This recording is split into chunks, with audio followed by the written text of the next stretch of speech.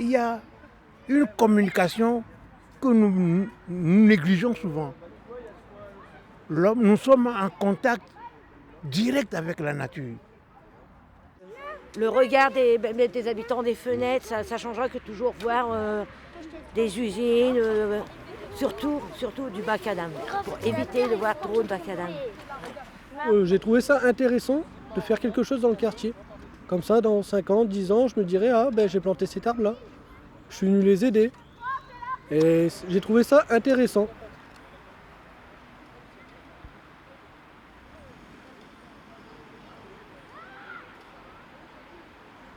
En fait, nous, dans l'imaginaire collectif, une forêt, c'est un vaste étendue boisé. La forêt, c'est avant tout, la définition, c'est un écosystème. La forêt, c'est un écosystème, donc c'est un ensemble d'êtres vivants, de mousses, de plantes, d'arbres, d'arbustes et d'insectes, d'animaux qui vivent ensemble. Et donc, en parlant d'écosystème, nous, forcément, on va dire mini-forêt parce que c'est petit.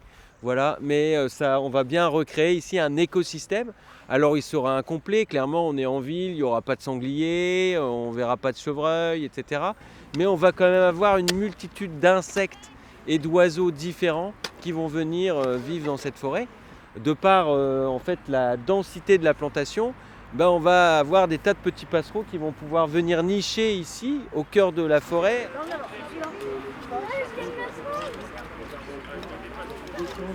On est dans un quartier qui est en train d'être réhabilité. Et donc le fait de planter une forêt ici, c'est un petit poumon vert donc qui va améliorer le cadre de vie pour les habitants.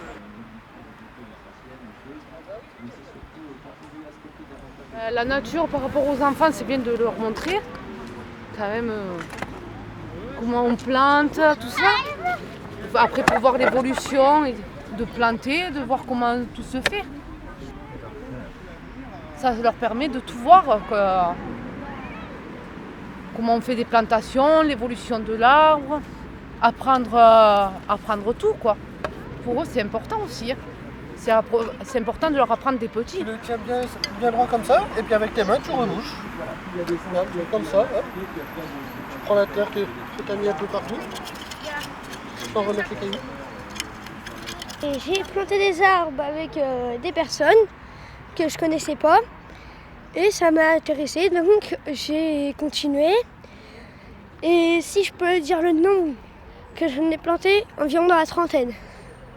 Donc en affilée, j'ai fait 2 ou 3 pauses parce que planter, c'est pas grave, mais bon, ça fatigue.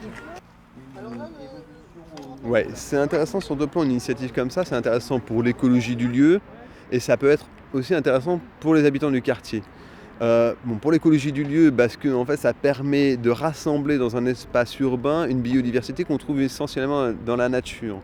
Et comme là, il est un peu connu qu'il est nécessaire de réintégrer en fait, les principes de la nature dans tous les espaces dans lesquels nous on habite, pour qu'on puisse faire une cohabitation, pour valoriser la biodiversité, et puis préparer en fait aussi notre environnement à ne pas subir les grosses chaleurs, et garder l'humidité dans le sol et préserver les espèces.